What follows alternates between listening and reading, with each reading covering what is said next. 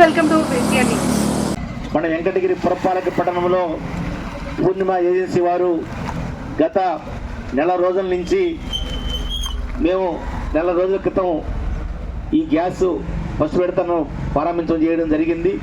అప్పటి నుంచి కూడా నిరంతరం వాళ్ళు వచ్చినటువంటి అప్లికేషన్ అన్నీ కూడా క్లియర్ చేస్తూ అందరికి కూడా గ్యాసులు ఉచితంగా ఇవ్వడం జరుగుతూ ఉంది.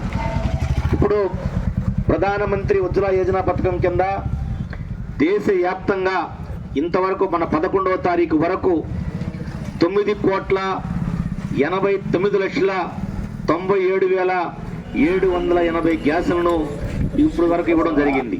ఇది కూడా 2016 మే నెల 1వ తారీఖున మన భారత ప్రధానమంత్రి నరేంద్ర మోడీ గారు ఉత్తరప్రదేశ్లో దీనిని ప్రారంభించడం జరిగింది. ప్రధానమంత్రి ఉజ్వల కింద ఉన్నటువంటి ఉచిత గ్యాస్ కనెక్షన్ని వారు 2014కు ముందు గుజరాత్ సీఎంగా ఉన్నప్పుడు వాళ్ళకి అనేక విషయాలు మనకి గ్రామీణ ప్రాంతాల్లో కావచ్చు, పట్టణ ప్రాంతాల్లో కావచ్చు, గ్యాస్ లేకపోతే ఏ విధమైనటువంటి ఇబ్బందులు మహిళా మండలు ఎదుర్కొంటున్నారో తెలిసినటువంటి వ్యక్తి భారత ప్రధానమంత్రి నరేంద్ర మోడీ గారు.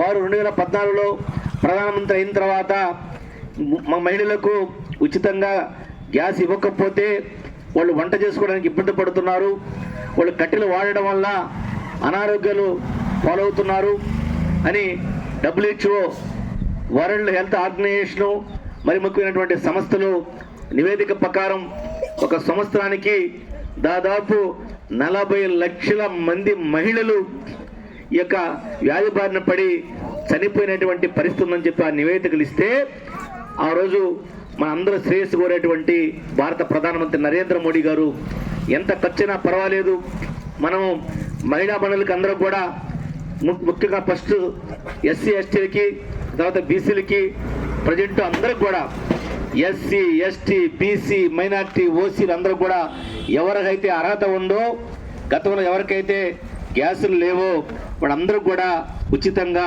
ఇవ్వాలనేటువంటి నిర్ణయం తీసుకున్నటువంటి వ్యక్తి మన భారత ప్రధానమంత్రి నరేంద్ర మోడీ గారని చెప్పి మనం ఈ సందర్భంగా మనం అందరం తెలుసుకోవాల్సినటువంటి అవసరం ఉంది. ఈరోజు దేశవ్యాప్తంగా ఈరోజు పేద బడుగు బలహీన వర్గం ప్రజలు ఉన్నటువంటి పరిస్థితి మన అందరికీ తెలుసు. వాళ్ళు 5,000, 6,000, 10,000 పెట్టి గ్యాస్ కొనుక్కోలే పరిస్థితులు చాలామంది ఉన్నారు. అందరూ కూడా ఈ గ్యాస్ ఉపయోగపడాలనేటువంటి నిర్ణయం తీసుకున్నటువంటి వ్యక్తి భారత ప్రధానమంత్రి నరేంద్ర మోడీ గారు.